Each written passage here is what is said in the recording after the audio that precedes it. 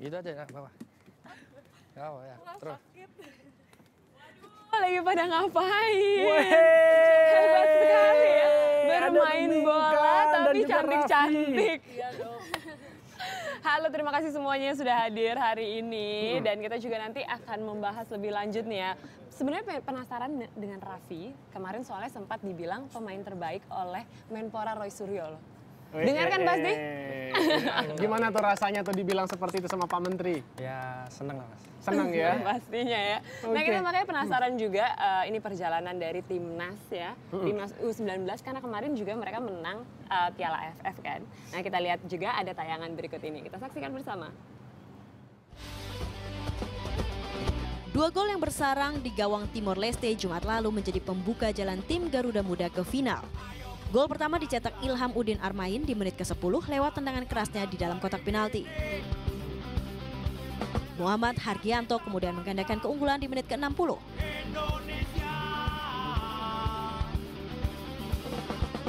Dari kemenangan ini, untuk pertama kalinya Timnas U19 merasakan final Piala AFF sejak kejuaraan itu digelar tahun 2005 silam.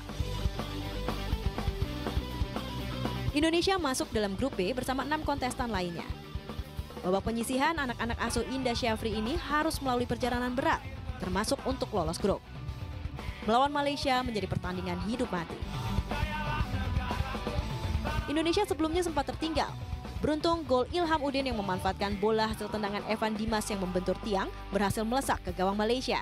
Gol ini menjadi penyeimbang skor sekaligus mengantar Indonesia sebagai runner-up di grup B. Indonesia membukukan poin lebih banyak dari Malaysia.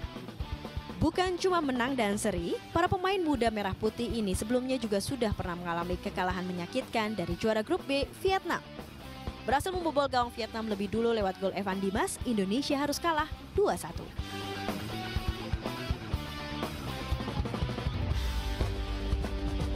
Lika-liku perjalanan tim Garuda Muda sangat bervariasi. Merasakan kemenangan telak 5-0 atas Brunei Darussalam serta menekuk Myanmar dan Thailand dengan hanya kebobolan 1 gol sudah dilalui pemain-pemain muda ini. Bahkan Timnas U19 juga mencatatkan nama striker Evan Dimas Darmono di urutan kedua daftar pencetak gol terbanyak. Evan berada di bawah pemain Timnas Vietnam Nguyen Van Toa.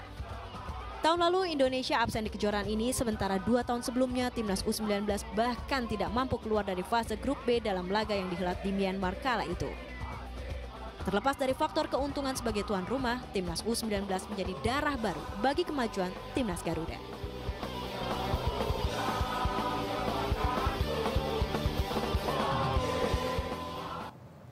Ya, itulah tadi sedikit perjalanan dari Timnas Indonesia. Sebenarnya penasaran lagi untuk mengulik lebih jauh. Kira-kira apa harapan dari sepak bola Indonesia, dan hari ini kita sudah hadir di sini Coach Indra Syarif, terima kasih sudah hadir. Kita penasaran nih sebenarnya berkaca, kita tadi melihat sedikit sejarah tentang sepak bolaan Indonesia. Sebenarnya apa yang kemarin dikoreksi oleh Coach Indra sampai akhirnya bisa memperoleh Piala AFF kemarin ini? Ya, hasil kemarin tentu tidak terlepas dari persiapan yang kita lakukan, yang dimulai dari scouting pemain yang kita lakukan dari berbagai daerah.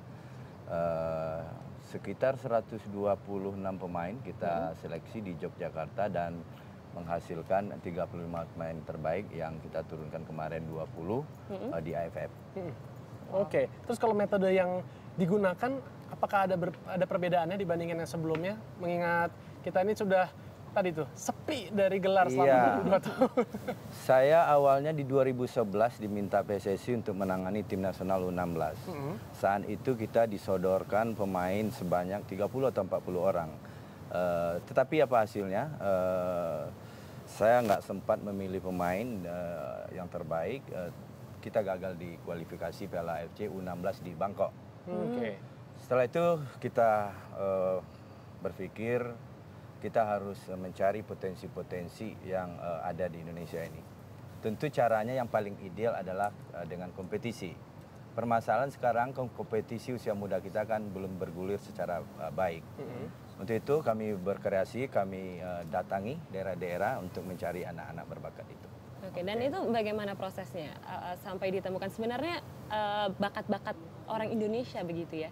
Bakat-bakat bisa dibilang bakat-bakat pemain mudanya ini seperti apa sebenarnya kalau misalnya dilihat dari coach sendiri?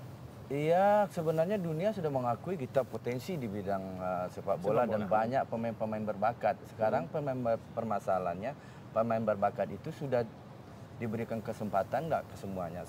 Sebelumnya kan kita masih terobsesi yang bahwasanya pemain-pemain itu hanya ada di kota-kota besar.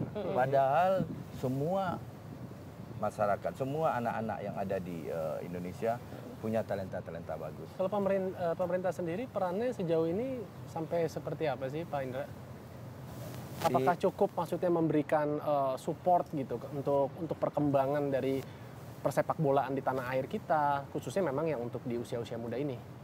Ya, ya kalau pemerintah kan nanti hubungannya ke federasi ya, karena untuk mengurus sepak bola kan federasi, dalam hal ini kan PSSI. Kita sekarang mendengar PSSI mulai berbenah dan membuat suatu konsep untuk pembinaan usia muda secara nasional ke depan. Oke, terus nanti sepertinya arahannya akan kemana nih si bibit-bibit muda kita yang dari usia under 19 ini? Yang jelas tim ini format yang paling pas nanti mau diapakan memang kan belum kita dapatkan, tetapi setelah AFF ini ada event yang paling penting untuk mengikuti kualifikasi Piala AFC yang nanti tahun 2014 ada Piala Asia, dan kalau kita bisa 4 besar di Asia itu untuk pertama kali bisa lolos Piala Dunia. U20. U20 itu ya. Tapi berarti ini akan diarahkan untuk kompetisi yang lebih besar lagi untuk Piala Asia ya Coach ya? Ya, dalam waktu dekat. Dalam waktu dekat tanggal 8 sampai 12 kita satu grup dengan Korea Selatan, Filipina, Laos. Oke, dan persiapannya itu Iya. bagaimana? Persiapannya udah mantap kah? Iya, kita setelah AFF kita berikan libur untuk anak-anak selama 4 hari. Mulai Jumat pagi kita sudah mulai prepare untuk Piala AFC. Seoptimis apa nih Coach? Mengingat satu grup dengan Korea Selatan itu kan yang boleh dikatakan sering panen juara. Iya. Saya selalu optimis dengan momentum ini, anak-anak mungkin lebih percaya diri bahwa dia memang mampu untuk berprestasi. Dan di grup ini ada Korea Selatan, dan pertemuan terakhir kami dengan Korea Selatan di Iran, kita memang kalah 2-1, tapi kita sudah banyak belajar untuk itu. Strateginya sudah dipersiapkan sedemikian rupa begitu ya? Insya Allah, dan 10 hari ini kita akan prepare untuk lawan. Oke, dan Coach, saya sedikit mendengar nih kalau misalnya Coach Indra ini suka blusukan. Apakah itu terinspirasi dari Jokowi untuk mendapatkan, katanya mendapatkan banyak bakat itu di tempat-tempat kecil. Itu gimana sebenarnya metode blusukan yang dilakukan oleh Coach Indra selama ini untuk mencari anak-anak bibit unggul seperti ini? Ya, itu yang saya sampaikan tadi di awal, kita gagal. Saya pertama kali pegang tim nasional gagal di kualifikasi Piala AFC U16 itu. Di situ saya berpikir memang yang disodorkan pemain itu adalah pemain yang terbaik. Nah, harusnya pelatih kan melihat pemain harus dari kompetisi. Problem untuk kita sekarang, kompetisi usia muda yang secara nasional itu kan belum ada. Untuk itu kita mengambil inisiatif, kita mendatangi ke daerah-daerah, kita kontak kawan-kawan di daerah. Saya ingin melihat potensi-potensi di seluruh daerah. Kita sudah mengunjungi selama hampir tahun 2012-2013 sebanyak 49 kota yang saya kunjungi.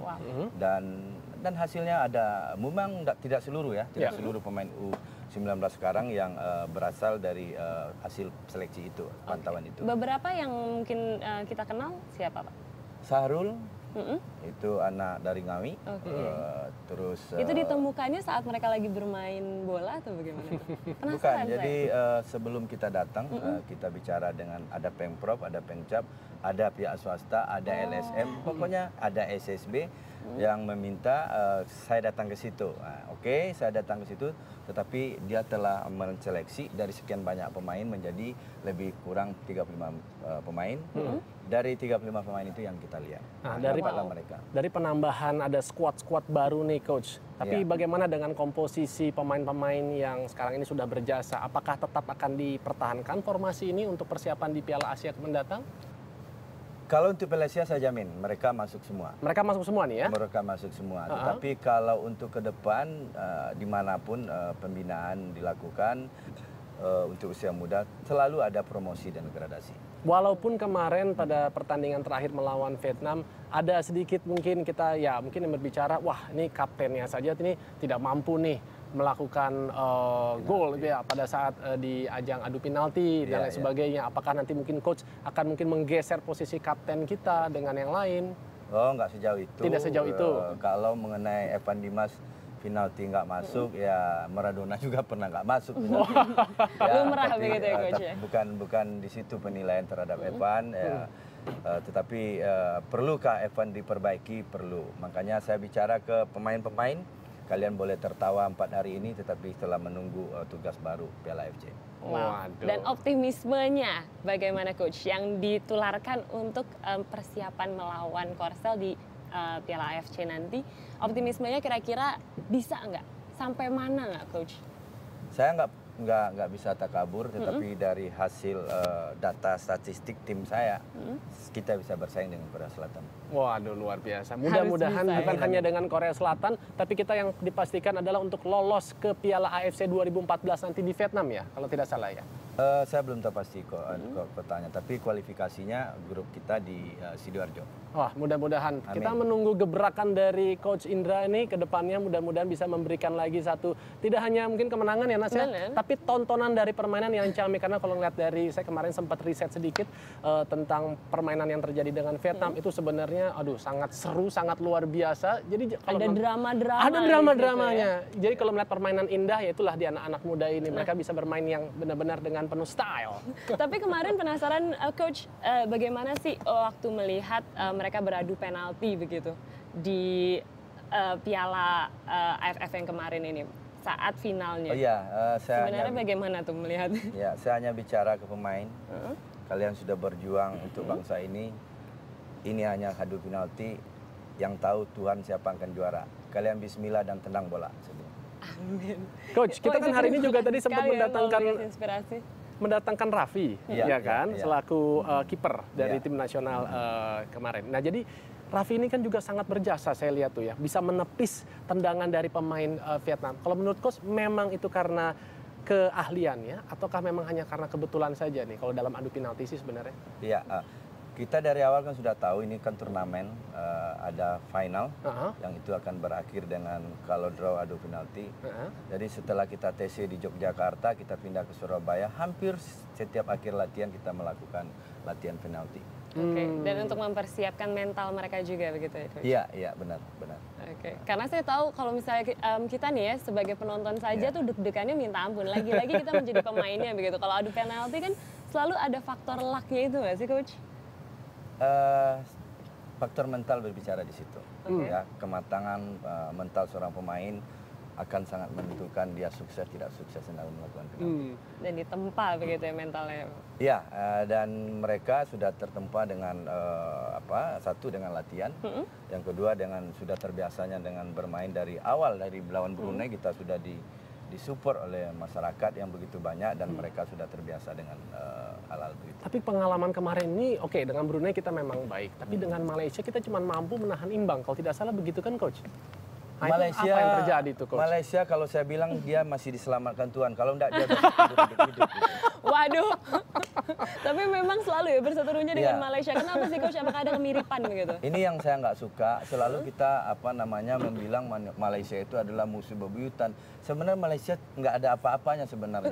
Kemarin kita main dengan pemain lapis kedua aja dia begitu. Ya, apalagi kita dengan full tim. Ya itu saya bilang tadi, dia masih diselamatkan oleh Tuhan dan belum terkubur hidup-hidup di Indonesia. Oke, doa kita juga selalu ini ya menyertai dari semua timnas, tidak hanya mungkin U19 nantinya juga pasti kan berkembang jadi timnas. Ada U23, iya ada U23 ya kan? dan lain-lain.